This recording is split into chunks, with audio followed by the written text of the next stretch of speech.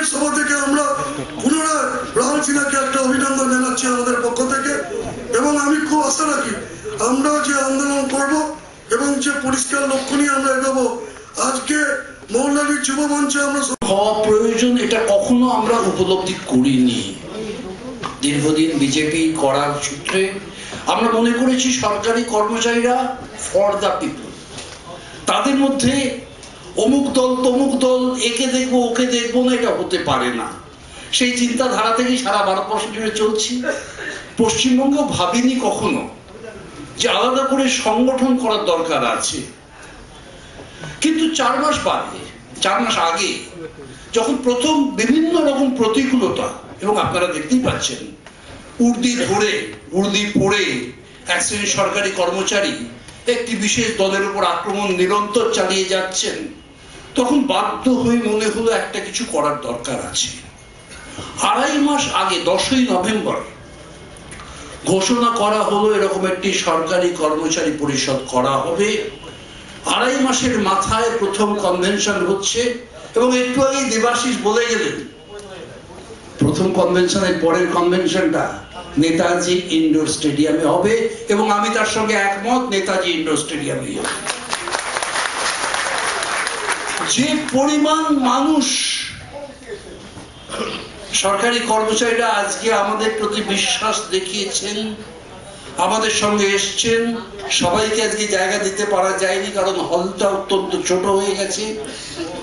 Selected লোকেদের আসতে বলা হয়েছে, সেই কারণে সবার কাছে বার্তা না দেওয়া গেলেও বিভিন্ন প্রেস মিডিয়া রয়েছেন, তাদের মারফত সারা পশ্চিমবাংলা জুড়ে খবর পৌঁছে গেছে যে বিজেপি সরকারি কর্মচারী পরিষদ হিংসাপরায়ণ রাজনৈতিক দল যখন পশ্চিমবঙ্গের শাসনভার গ্রহণ করেছে, চরম প্রতিকূলতা, চরম বিভাজনের রাজনীতির মধ্যে দিয়ে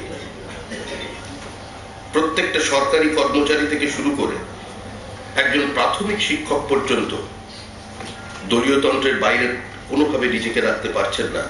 সে সময় আপনারা বুক ভরা সাহস নিয়ে বিজেপির মতো একটা রাজনৈতিক দলের পতাকা তলে তাদের পরিচালিত একটি সংগঠনে অংশগ্রহণ করতে তাদের উপরে ভরসা রেখে সমবেত হয়েছে।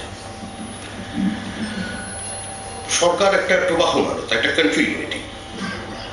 রাজনৈতিক দল ক্ষমতায় আসে, রাজনৈতিক দল ক্ষমতা থেকে চলে যায়।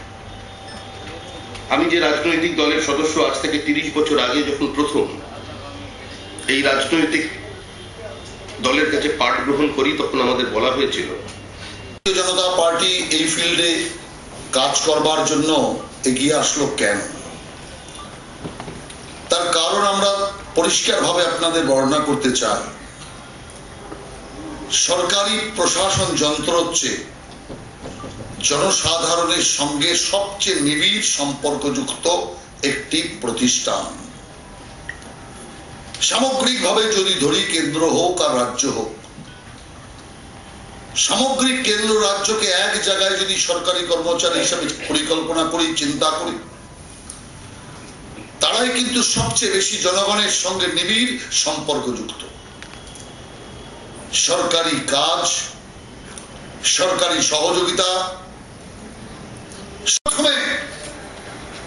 সরকারি কাজের পরিবেশ তৈরি করা না যায়, তাহলে কখনো জনকল্যাণ সম্ভব না। আপনাদের জোরহাট, যিনি সততার আদর্শ নিয়ে সরকারি ক্ষেত্রে কাজ করছে, তাকে অসৎ হতে বাধ্য